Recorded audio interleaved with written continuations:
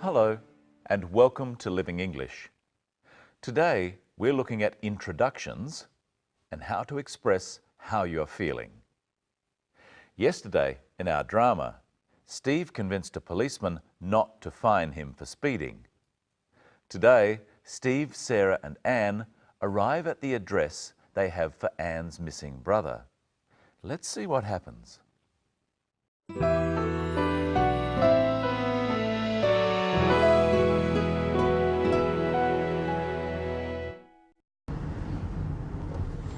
Where did you say it was? This is it, Barker Street. We're looking for number 57.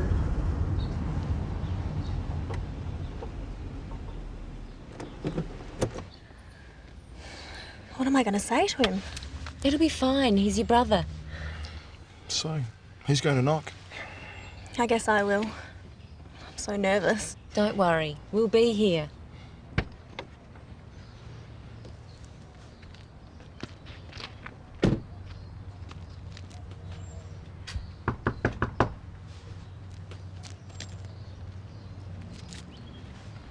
Hello. Hello.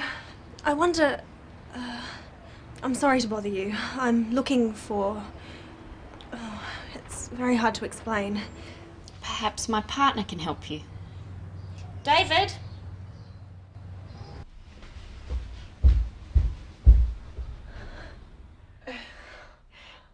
Anne! David!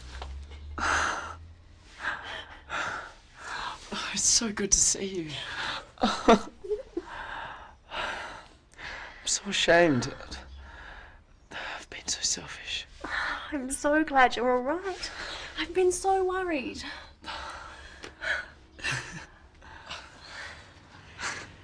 Rose, this is my sister, Anne. Oh, your sister? And this is my girlfriend, Rose. You'd better come in. Anne's found him at last. And he has a partner. You'll have to keep watching to find out more about her. David had to introduce his sister to his partner.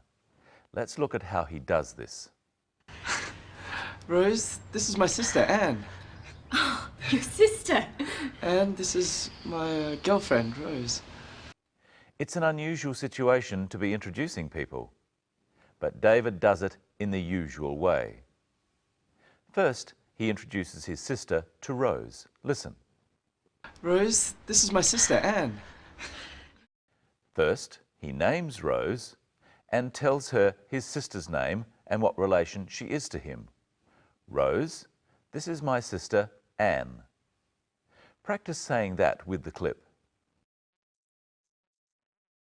Rose, this is my sister, Anne. Once he's done that, he introduces Rose to Anne. Listen. And this is my girlfriend, Rose. David wasn't sure what to say about Rose. When you introduce someone, you say something about them, whether they are your sister, or your boss, or whatever seems to be important. You say, "This is my sister," or "This is my boss." Let's practice using "this is." My brother Paul. This is my brother Paul. My sister Carol. This is my sister Carol. The receptionist Sue. This is the receptionist Sue. Now pretend that you have to introduce me to someone. You can say that I'm the presenter of Living English. And let's pretend that you have a brother called Jim. Introduce me to your brother Jim. Jim?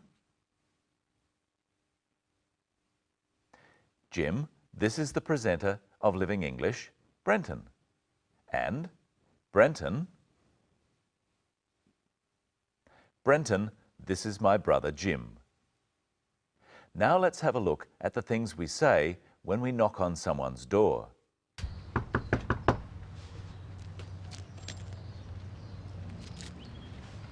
Hello. Hello. I wonder... I'm sorry to bother you. I'm looking for... Oh, it's very hard to explain. Anne was a bit confused. At first, she was going to say, "I wonder if you could help me." We say this if we need to find out something. If you needed to know when somebody next door might be coming home, you would use this expression. Notice that she says hello first. Try saying it. Hello, I wonder if you could help me. Hello, I wonder if you could help me. Or you could say, I'm sorry to bother you. To bother someone is to interrupt them, to ask them to do something. Try saying it. Hello. Hello, I'm sorry to bother you. In the end, Anne doesn't need to explain what she wants. Let's have another look at what happens next. Perhaps my partner can help you. David?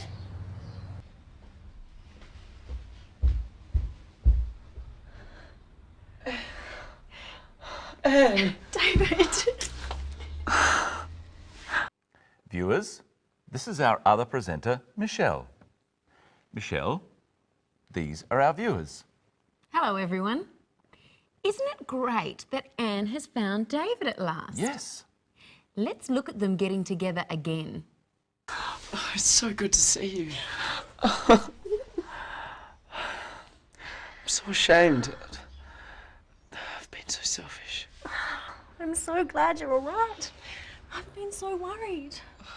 It's such an emotional moment. Let's take a closer look at how they talk about their feelings. Listen to David first. I've been so selfish. And now Anne. I've been so worried. They both say, I've been. They're talking about their feelings over time. When David says, I've been so selfish, he means that being selfish is something he's done for a while.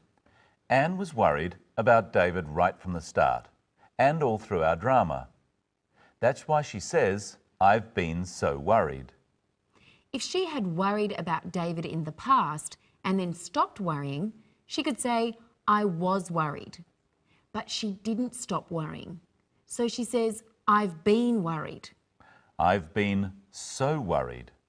She said, so worried. Yes. They both used so a lot. They're using it to mean very. It's a very emotional scene. Can we have another look? Okay. Oh, it's so good to see you. I'm so ashamed. I've been so selfish. I'm so glad you're all right. I've been so worried. It's time to look at the words we use for feelings or emotions. Brenton, look at my face and say what you think I'm feeling. That's easy. You're happy. And this one? You're unhappy or sad. What about this one? Oh, you're angry. I'm glad you're just acting. What about this one? Oh, you look worried. You're anxious. All of those were adjectives, words that described how I felt. These words have noun forms too, the words that say what the feeling is. What's the noun for angry, Brenton? Anger. Anger is the thing you feel. An angry person feels anger. What about happy? Happiness. A happy person feels happiness. And sad? Sadness. A sad person feels sadness. Anxious? Anxiety. An anxious person feels anxiety. Now it's your turn. Which word do you use? Happy or happiness? I've been so happy. Sad or sadness? I see a lot of sadness. Anxious or anxiety? I feel a lot of I feel a lot of anxiety. Anger or angry. Don't get with me. Don't get angry with me. Now, how did Anne say she was feeling before she knocked on the door? Listen. So, who's going to knock? I guess I will. I'm so nervous. So many words to describe the one feeling. Nervous, worried, anxious. Yes. Anne said, "I'm so nervous." She's talking about the present. What would she say if she had been nervous for a while? I've been nervous. Let's see if you can say the right feeling for the right time. How do you say that you are angry now? I'm angry. How do you say that you are more than just angry now? I'm so angry. What about being sad for some time? I've been sad. Being sad now. I'm sad. You can also say feeling in these sentences. I'm feeling sad, or I've been feeling sad. I wonder how Rose is feeling. Let's look at what she says after David introduces Anne. You'd better come in.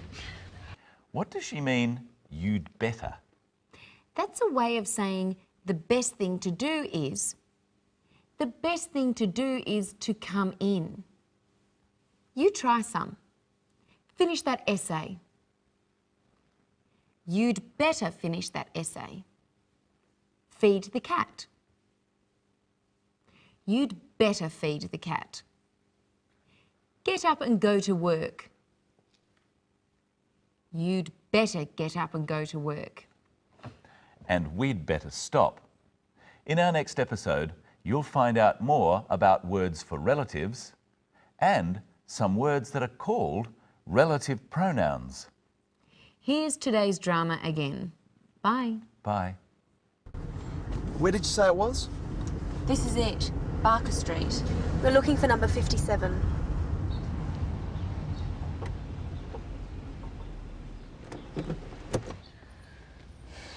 What am I going to say to him? It'll be fine, he's your brother. So, who's going to knock? I guess I will. I'm so nervous. Don't worry, we'll be here.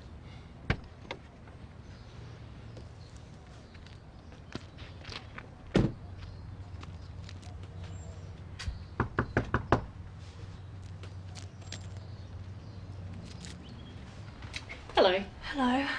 I wonder... I'm sorry to bother you. I'm looking for... Oh, it's very hard to explain. Perhaps my partner can help you. David?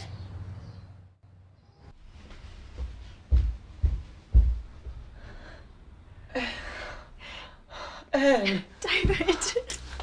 Oh, it's so good to see you. I'm so ashamed. I've been so selfish. I'm so glad you're all right. I've been so worried.